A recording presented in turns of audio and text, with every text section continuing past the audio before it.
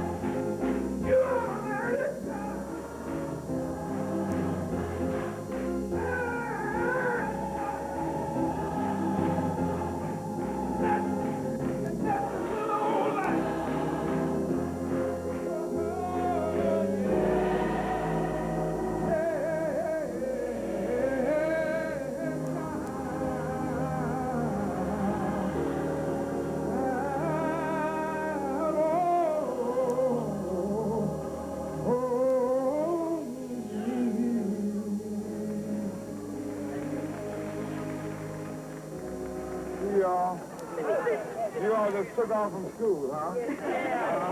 All right, see you later here. All right, bye-bye.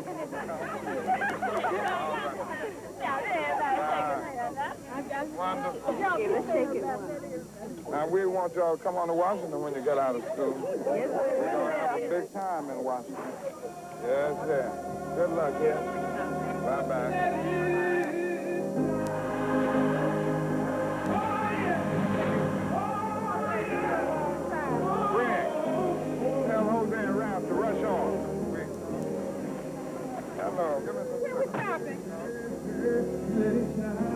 We're really celebrating the survival of America. And America was not on a road to survival before Martin Luther King. Atlanta would not look like the thriving metropolis that it is now. Atlanta would probably look more like Beirut if history had gone its normal course, the normal, violent American way.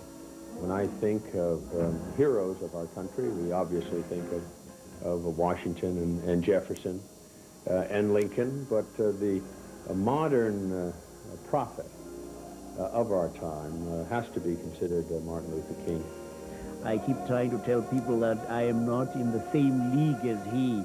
He was head and shoulders above most of us. And I think we miss him when we try to compare him with other people. There were none. You know, maybe there'll be some now, but there were none. There were no people that had his intellect, had his intelligence, had his stature in the community, had everything going for him, and still chose to go over here and talk about love, and everybody thought he was crazy. No, I did. Love, somebody slapped me, I'm going to turn the other cheek. You crazy? But if you listen to him and get wrapped up in that aura, then you understand that he's not talking about just love. He's talking about a salvation for this entire planet, maybe the universe. Sometimes I really think maybe if you believe in some divine providence, believe in some spirit much greater than any of us, that somebody, somewhere, some spirit deem it necessary for Martin Luther King Jr. to appear. He was an unusual human being, really. Great day, the righteous marching, great day, across the hill of Zion, home, great day, the righteous marching, great day.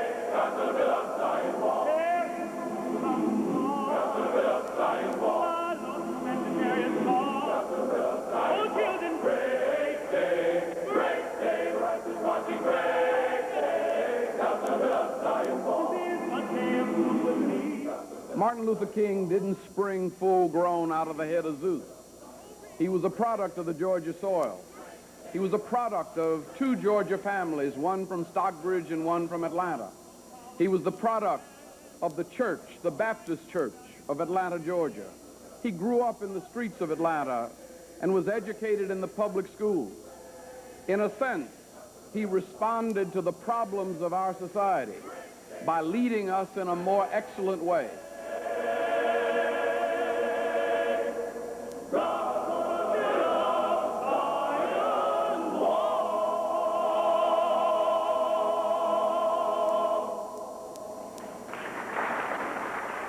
He was my brother, and we were very close. We grew up in a nurturing kind of environment, and I found our parents saw to it that we were exposed to all of the things that would lead toward excellence and the pursuit of knowledge. Well, Daddy King meant as much to me as anyone I know or knew. And often I didn't have to consult with him, because when something came up in which he was interested, he would consult me before I could have a chance to call him. And quite often, when I was faced with a difficult decision, my secretary would come in and say, Daddy King's on the phone. And whoever I was dealing with, you know, the president of another country or prime minister or king or whatever, I'd say, y'all wait just a minute, I got to talk to Daddy King. No matter what occasion, how little the occasion was in terms of size of gathering and so forth, he could always count on his father to be there.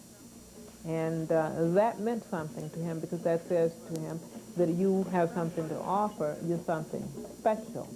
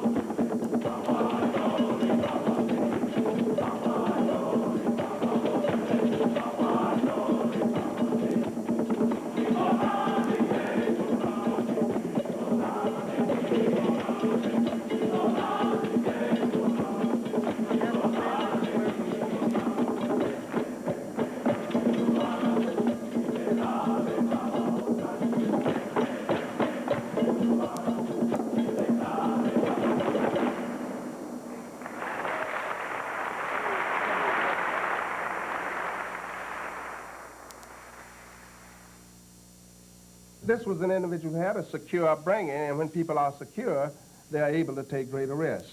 And so Martin did what secure people are supposed to do.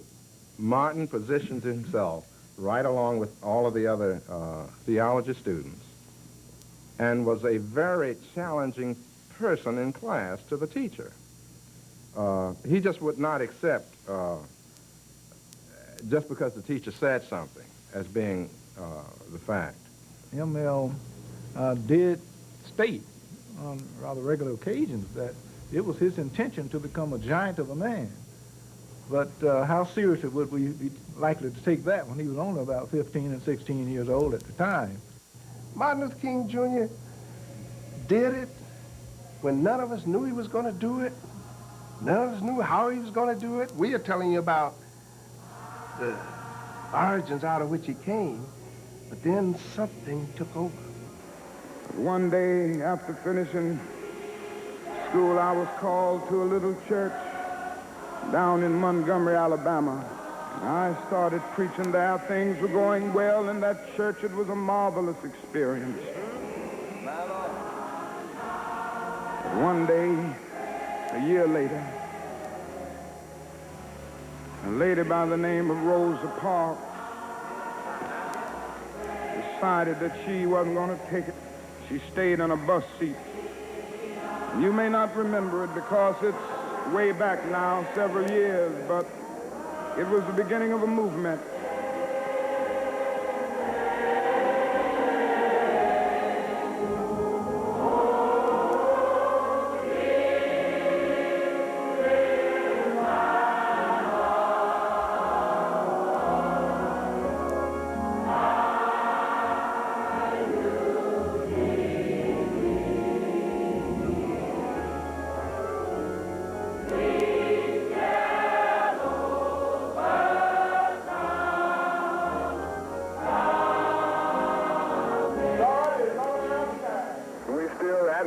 Nonviolence with passive resistance and still determined to use the weapon of love.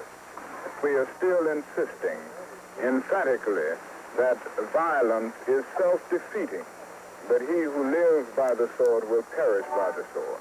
50,000 black men and women refused absolutely to ride the city buses, and we walked together for 381 days. Yes, sir. Negroes have to learn to stick together. We stuck together.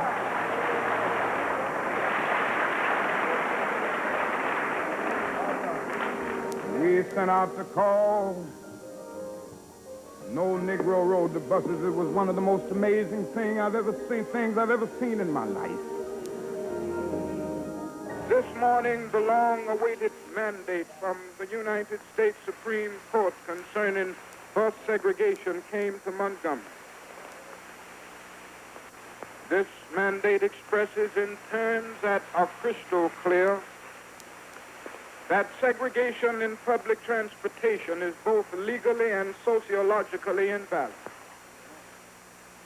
In the light of this mandate, and the unanimous vote rendered by the Montgomery Improvement Association about a month ago, the year-old protest against city buses is officially called off, and the Negro citizens of Montgomery are urged to return to the buses tomorrow morning on a non-segregated basis.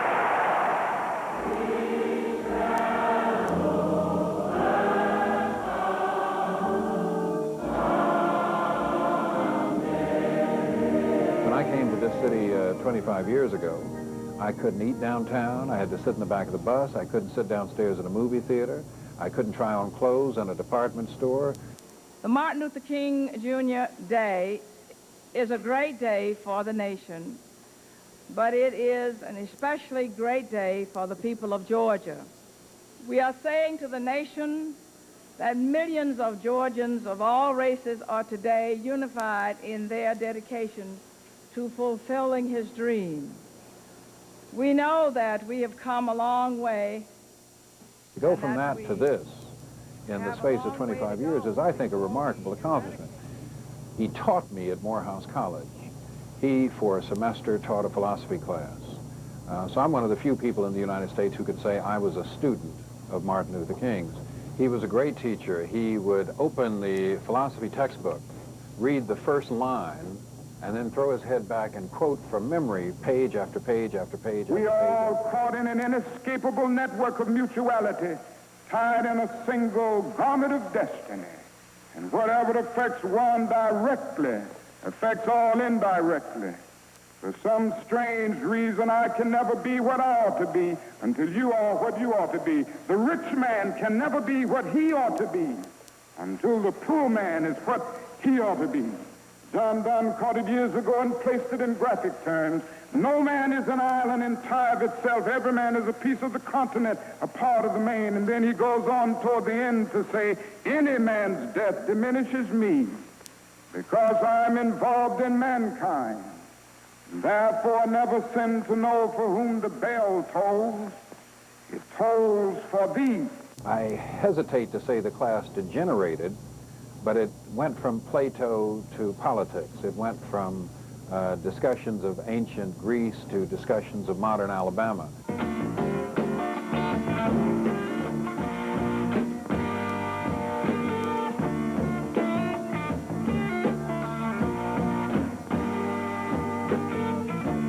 Southern man, better keep your head.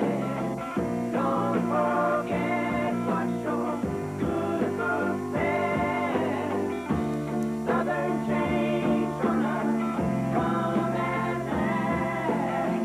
Now your crosses are burning fast. Southern man.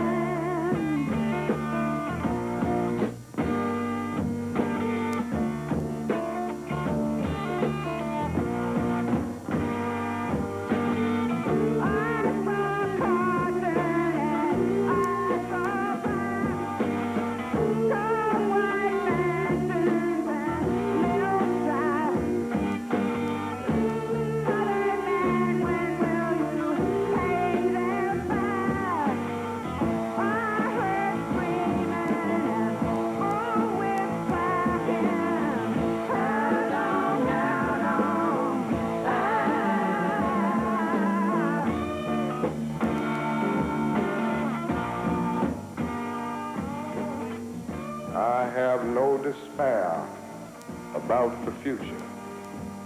I have no fear about the outcome of our struggle in Birmingham, even if our motives are at present misunderstood. We will reach the goal of freedom in Birmingham and all over the nation, because the goal of America is freedom.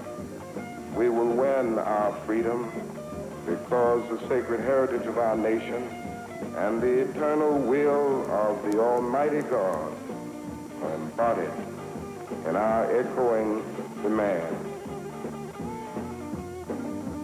I want young men and young women who are not alive today, but who will come into this world with new privileges and new opportunities.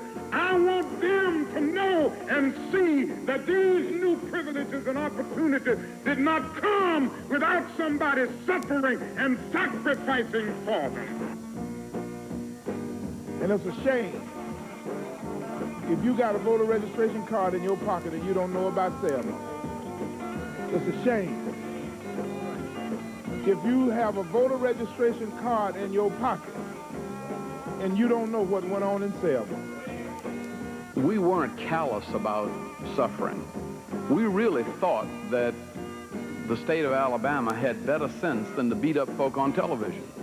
Every television station carried it across this nation. And the Jim Clark had a posse. Anybody, white man could be a member of the posse.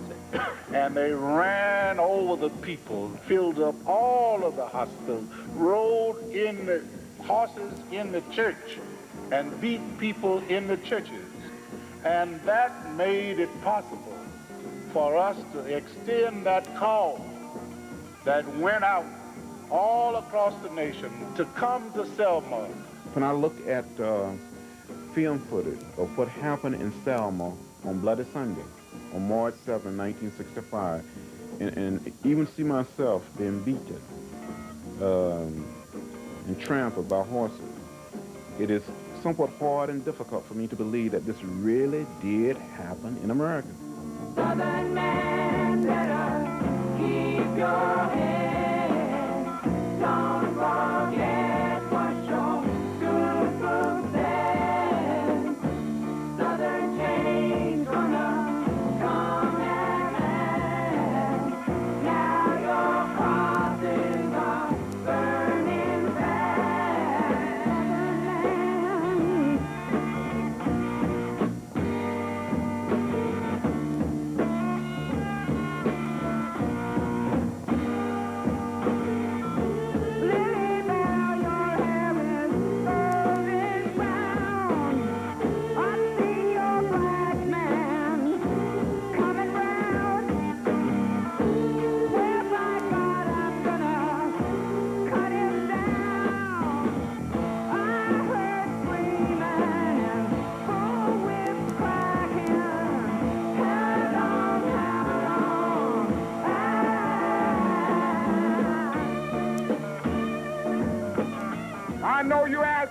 say, how long will it take?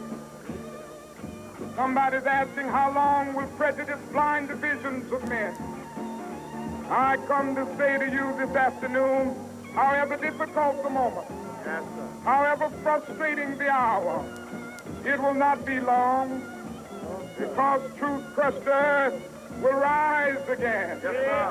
How long? Not long. Because no lie can live forever. How long? Not long. Because you shall reap what you sow. How long? Not long. How long? Truth forever on the scaffold, wrong forever on the throne. Yes, that scaffold sways the future. Behind the dim unknown standeth God within the shadow, keeping watch above his own. How long? Not long. Because the arc of the moral universe is long, but it bends towards justice. How long? Not long. Because mine eyes have seen the glory of the coming of the Lord. He's trampling out the vintage where the grapes of wrath are stored. He's loosed the fateful lightning of his terrible swift sword. His truth is marching on. He has sounded forth the trumpet that shall never call retreat. He is sifting out the hearts of men before his judgment seat. Oh, be swift, my soul, to answer him. Be jubilant, my feet. Our God is marching on. Glory, hallelujah. Glory, hallelujah. Glory, hallelujah. Glory, hallelujah. His truth is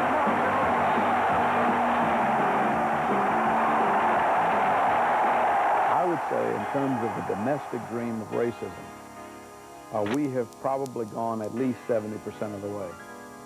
And I say that because there's still 30% of the black population that's in poverty. But the 70% that are out of poverty are able, because of educational opportunity, job availability, and the advances that were made through the civil rights movement, they're able to cope with racism on their own.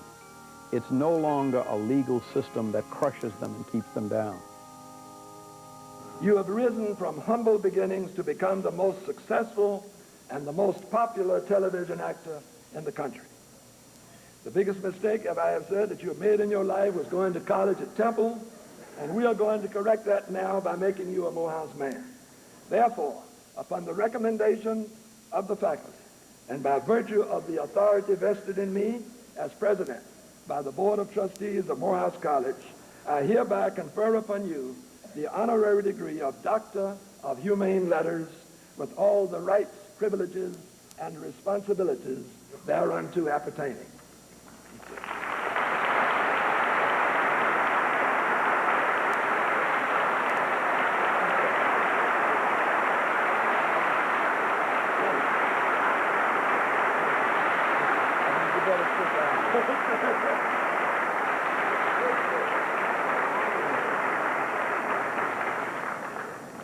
This cannot be a black college. When I see the carpeting,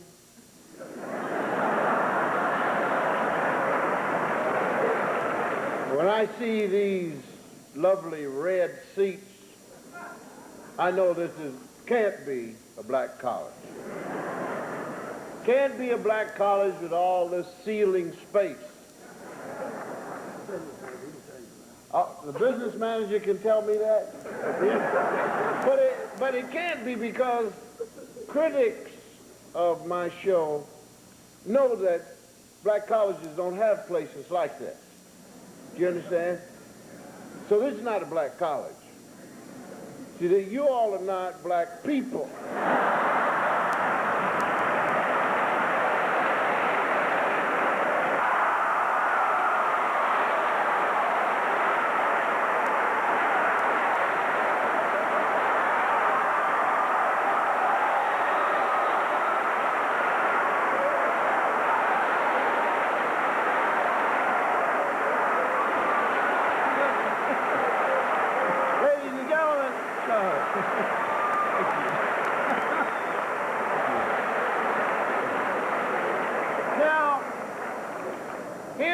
here's a man I followed, although he's younger than I am, but I followed him in this business.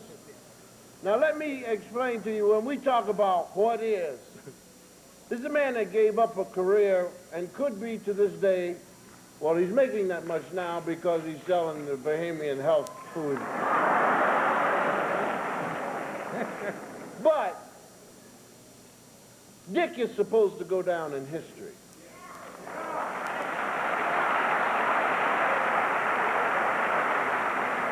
He's supposed to go down in history because the man had a chance to make, before he found the diet, man had a chance to make $1.5 million a year, and he canceled nightclub jobs for $15,000, $25,000 a week to march someplace. Someplace.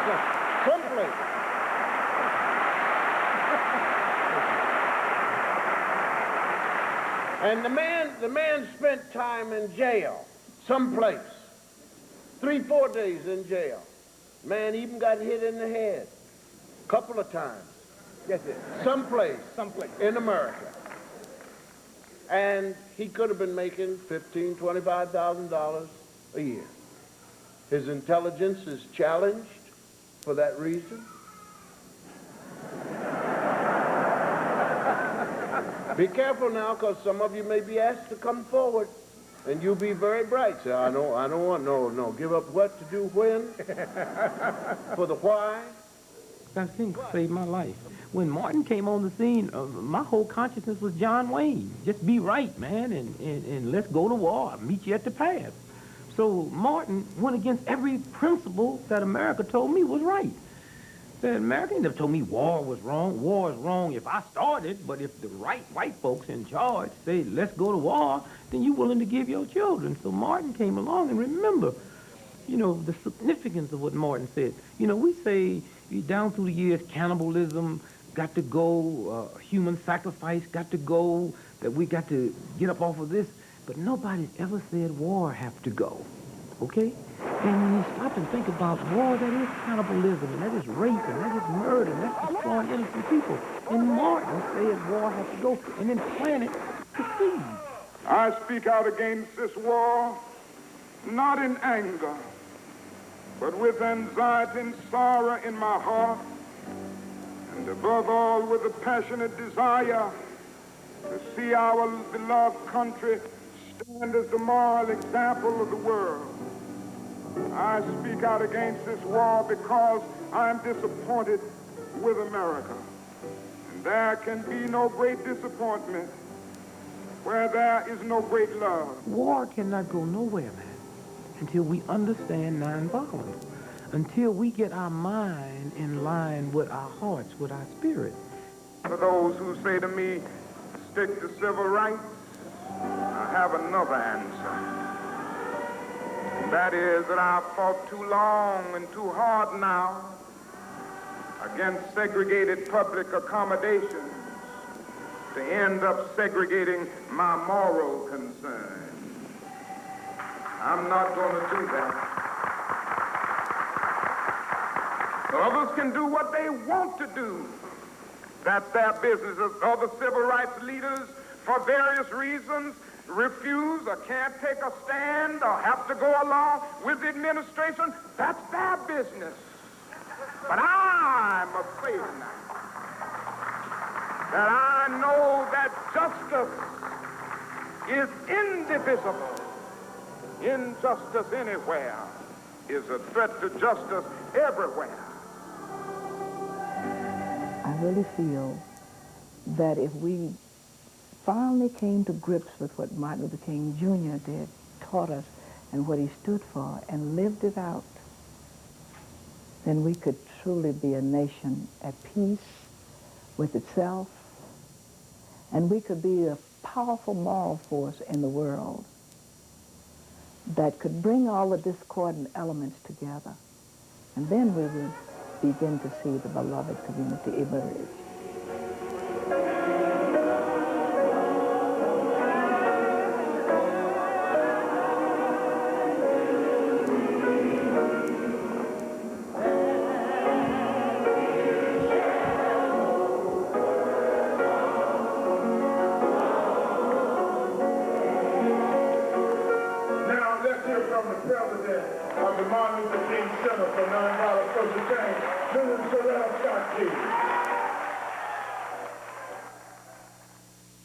is great. Great.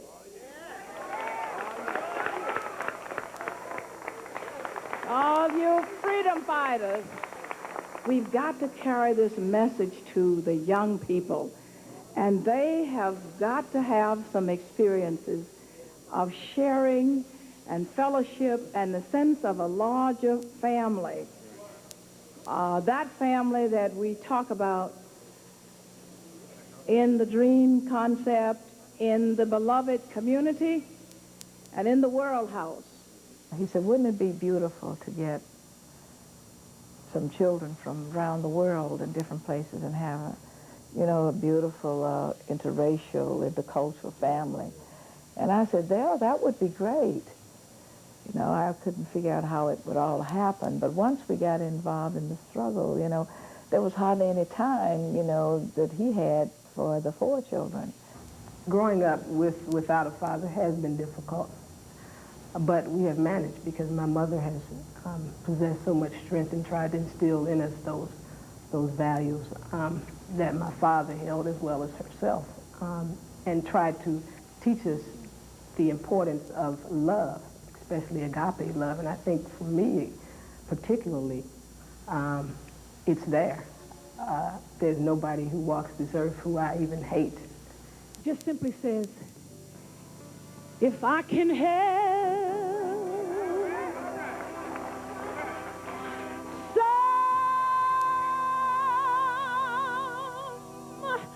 somebody,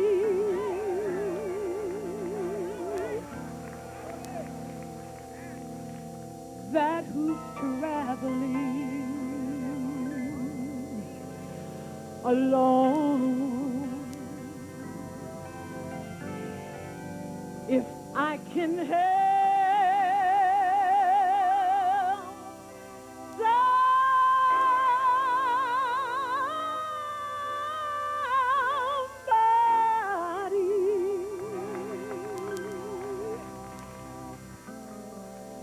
with a word, hallelujah, or a song, if I can help somebody,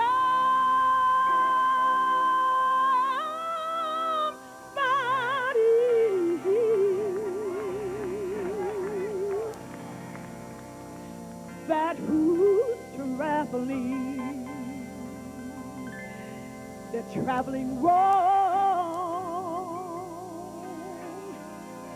then my living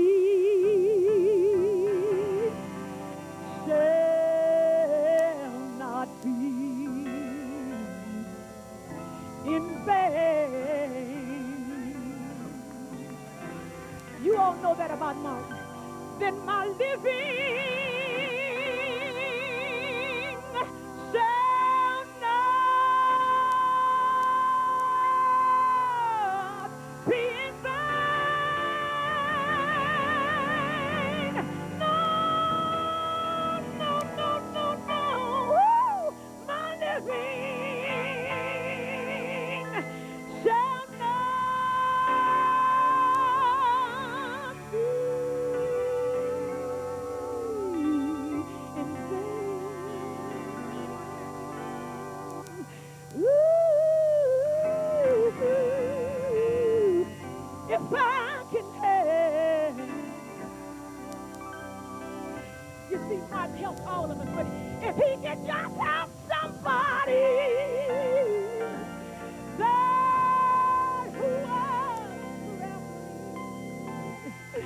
was traveling wrong,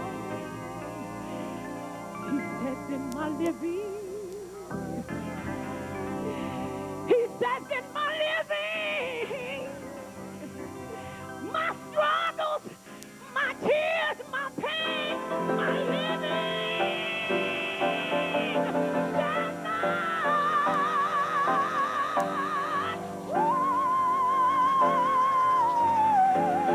hallelujah, be in vain.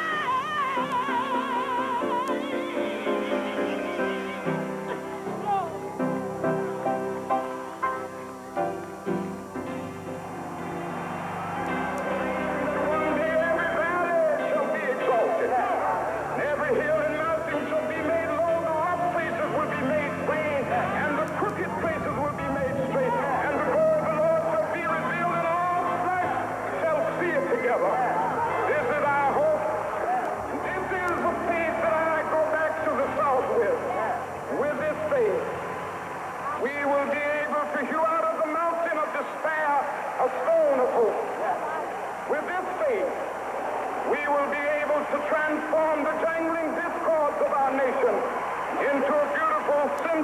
brotherhood. With this faith, we will be able to work together, to pray together, to struggle together, to go to jail together, to stand up for freedom together, knowing that we will be free one day. I say to you today, my friend, let freedom ring. From the prodigious hilltops of New Hampshire, let freedom ring. From the mighty mountains of New York, let freedom ring. From the heightening Alleghenies of Pennsylvania, let freedom ring. From the snow-capped Rockies of Colorado, let freedom ring. From the curvaceous slopes of California. But not only that, let freedom ring from Stone Mountain of Georgia. Let freedom ring from Lookout Mountain of Tennessee. Let freedom ring from every hill and molehill of Mississippi, from every mountainside. Let freedom ring, and when this happens, when we allow freedom ring, when we let it ring from every village and every hamlet, from every state and every city, we will be able to speed up that day when all of God's children, black men and white men, Jews and Gentiles, Protestants and Catholics, will be able to join hands and sing in the words of the old Negro spiritual, free at last, free at last, thank God Almighty, we are free at last.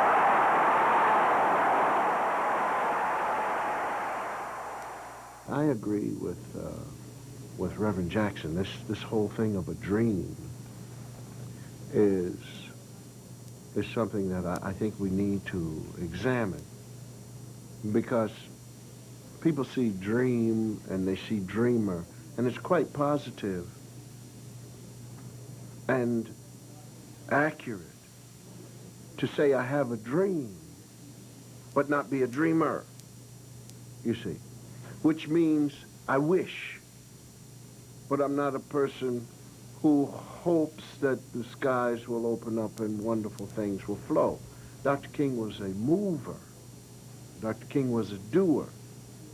And so from all of the doing, Dr. King said, I have a dream that one day, but this was not a man who sat and hoped and didn't move.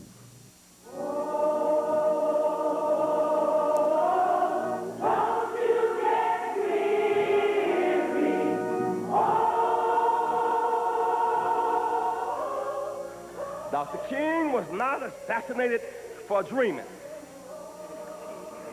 but for acting and challenging the government.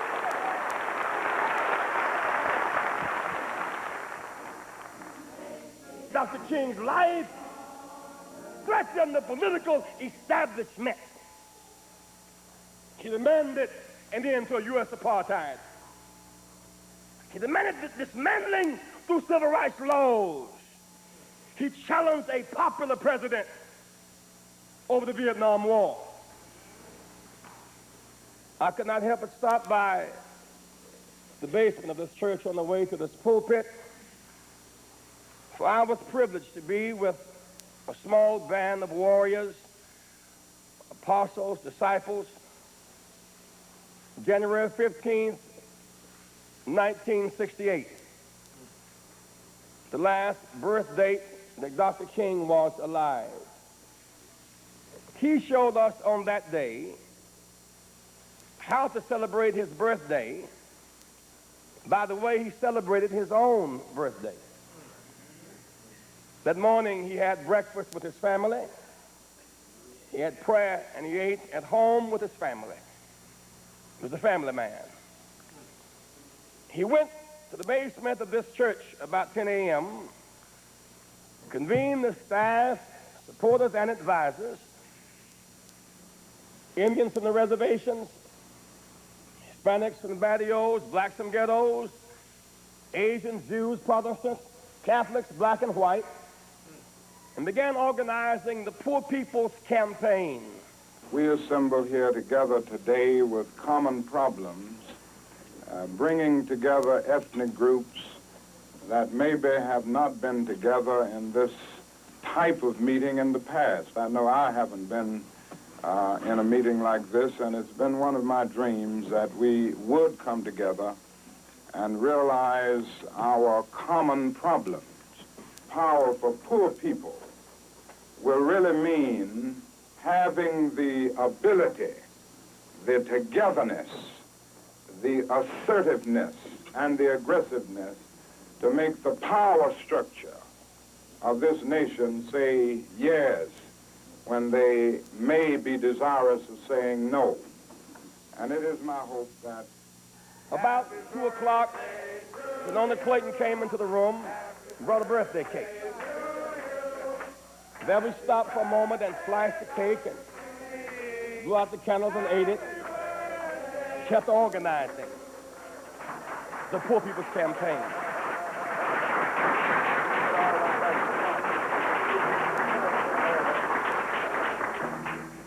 Thank you very much. I'm just getting older, that's all. He had been stabbed when he was just beginning and still had the scars across his chest where they had to open up his entire chest to get the knife out. And he said, you know, I have to face, I'm reminded of death every morning when I brush my teeth. And he said, I know what I'm doing. You all like to, you know, the excitement, but this is serious business, and some of you are going to get killed. He would never talk about himself getting killed. He'd talk about others getting killed. And then he'd preach our funerals for us. He'd say, well, Andy, if you get killed, I will give you the most eloquent eulogy that anybody has ever heard. And then he'd proceed to tell stories that the likes of which, you know, the last thing I'd want them heard, it, any little embarrassing tale he could think of about me, he would then... Chicago, on the day that we marched through that narrow street, and we marched about 4,000 or 5,000 people that day, but they were in trees. That's correct, change frequency. It was the most serious. I guess we marched about 5 miles, didn't we? But they had at least 10,000 whites assembled on us. And there must have been about 4,000 policemen trying to protect us. But every minute almost, somebody's nose was getting broken. You just every way you turn. And the policemen were going ahead, and they were finding people in these trees. They were holding up, come out of the trees, because they were in these trees to shoot or anything. They were saying to us yesterday, don't march. I listened to it. I said to myself, our marching feet have done too much now to give up. If you want us to end our moves into communities, open these communities. I don't mind saying to you, I'm tired of the tension surrounding our day. I don't mind saying to you, I'm tired of living every day under the threat of death. I have no martyr complex. I want to live as long as anybody in this building, and sometimes I begin to doubt whether I'm going to make it through. I must confess I'm tired. Yes, I'm tired of going to jail. I'm tired of all of the surging murmur of life's restless sea. So I'll tell anybody, I'm willing to start marches. I don't march because I like it. I march because I must, and because I'm a man, and because I'm a child of God. I just gave up. I wouldn't say I was so afraid as that I had yielded to the real possibility of the inevitability of death. I mean, I had concluded. I concluded. That day in Philadelphia, when I was speaking, and Rainey was behind me, you remember? And all the other, and I started saying the murderers are probably around, and some man behind said, you damn well, they're right behind you right now. Rainey said it. Said, yeah, I'm right behind you. Said, yeah. And brother, and I here speaking, they all standing behind me. And I just knew then, let me see, was it that I prayed or did Ralph pray? Ralph prayed. Yeah, Ralph prayed that day. And we had to close our eyes. And I just knew then that they were just going to burn our never did.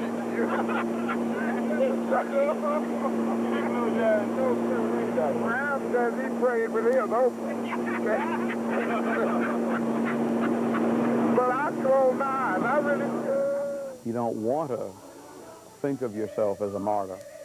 But if you worship in a religion where the symbol of that religion is a cross, you're reminded every day of your life that the cross is not just something to hang on the wall. It's something that comes out as a result of confrontation with evil. And that when you face that confrontation with evil, you're likely to face the possibility of physical death. But if you don't face that confrontation with evil, you inevitably face a spiritual death. King of kings, and Lord of lords, and He shall reign forever, forever and ever.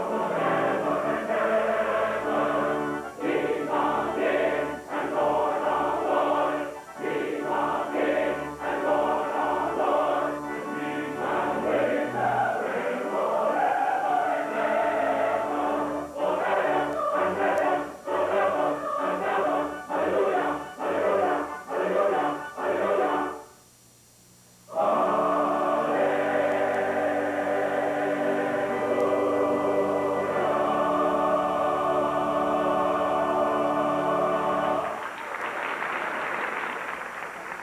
Bishop Tutu, like Martin Luther King Jr., has been a drum major for justice, for peace, for reconciliation, and a drum major for righteousness.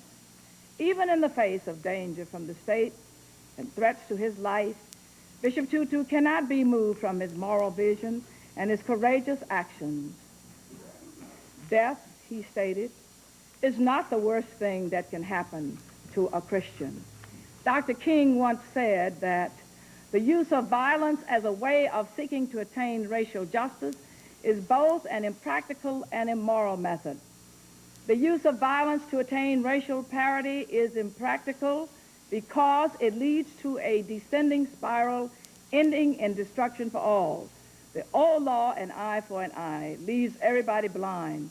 The use of violence is immoral because it seeks to humiliate an opponent rather than winning his understanding. It thrives on hatred rather than on love. The Martin Luther King Jr. Center for Nonviolent Social Change Peace Prize is given to Bishop Tutu of South Africa. Sir, will you please? He was always aware that one day his life would be taken. He knew that if he continued in the struggle. He admitted the fact that he had fear at times. You know, he was human. But he never went around just focusing on, you know, death and dying. He talked about it an awful lot, but he talked about it in terms of giving one's life for a cause that he knew could be a redeeming force, and his life could be a redeeming force, and unearned suffering being redemptive, and that if he was called to give his life, you know, there's no more noble way of living.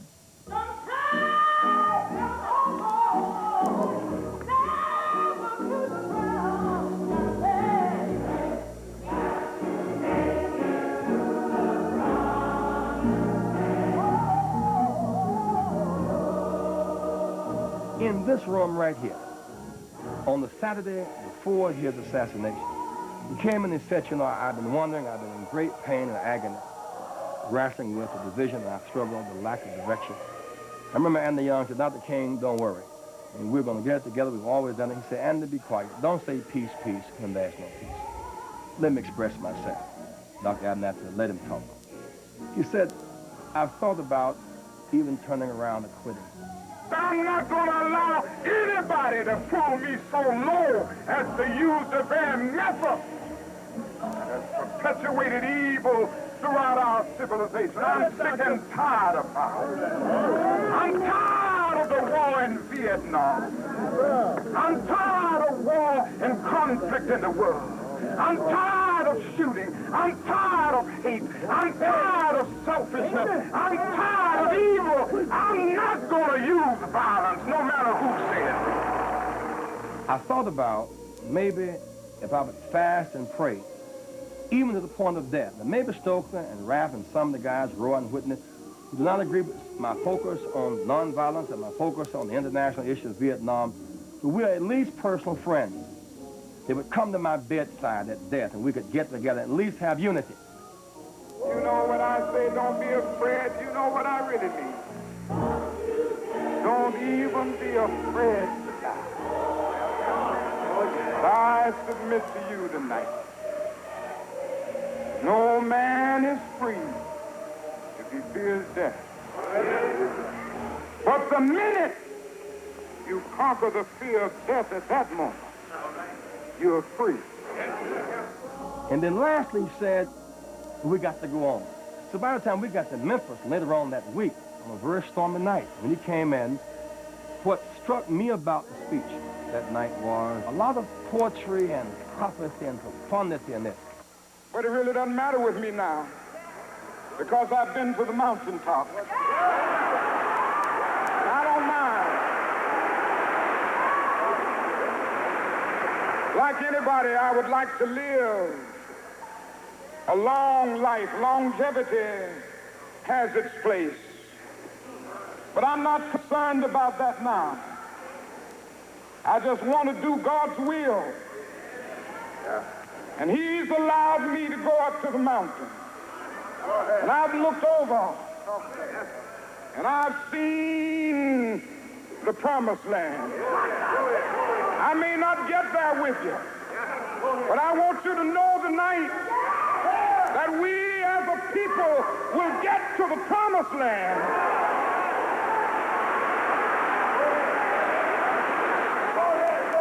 So I'm happy tonight. I'm not worried about anything. I'm not fearing any man. Mine eyes have seen the glory of the coming of the Lord. Dr. King died in my arms.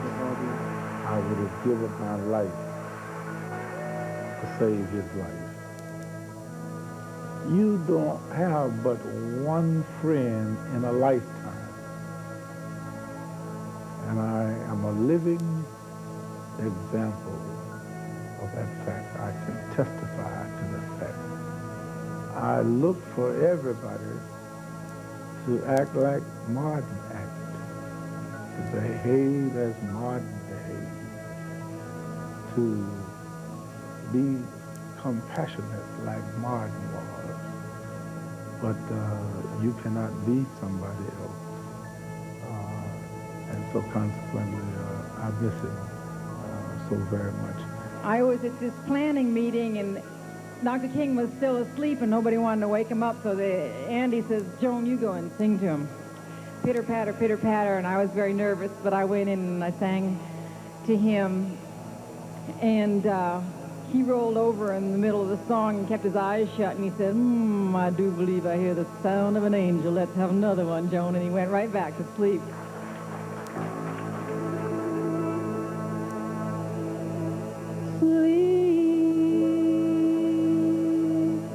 Sleep tonight, and may your dreams be realized.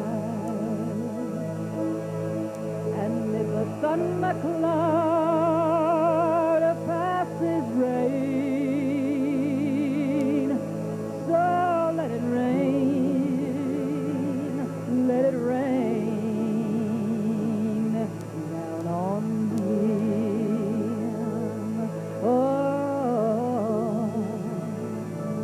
so let it be.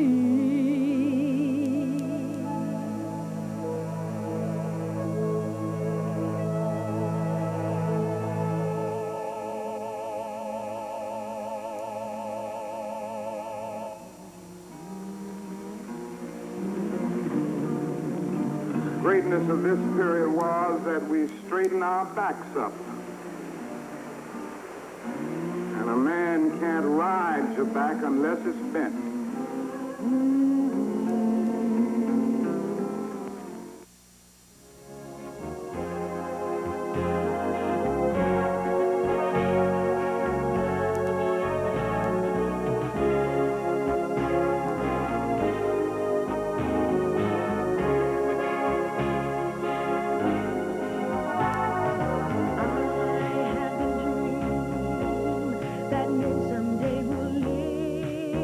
In peace together, and all the rims of bigotry